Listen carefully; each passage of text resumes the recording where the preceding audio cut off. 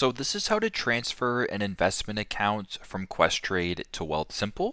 So once you guys open up Wealthsimple, on the bottom bar, go ahead and select on the transfer icon.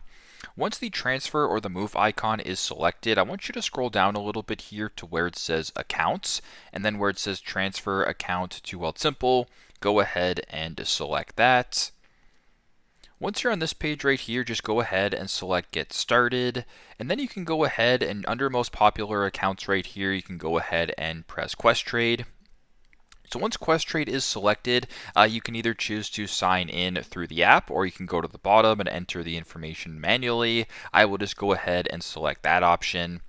So once you're here, you can go ahead and select the account that you want to transfer. So you can scroll down under most popular, savings, other accounts, etc. So for this example, if you wanted to transfer your TFSA, you could just go ahead and select TFSA and then press next. You can also select, multiple accounts if you want, but I will just keep it at TFSA for this example.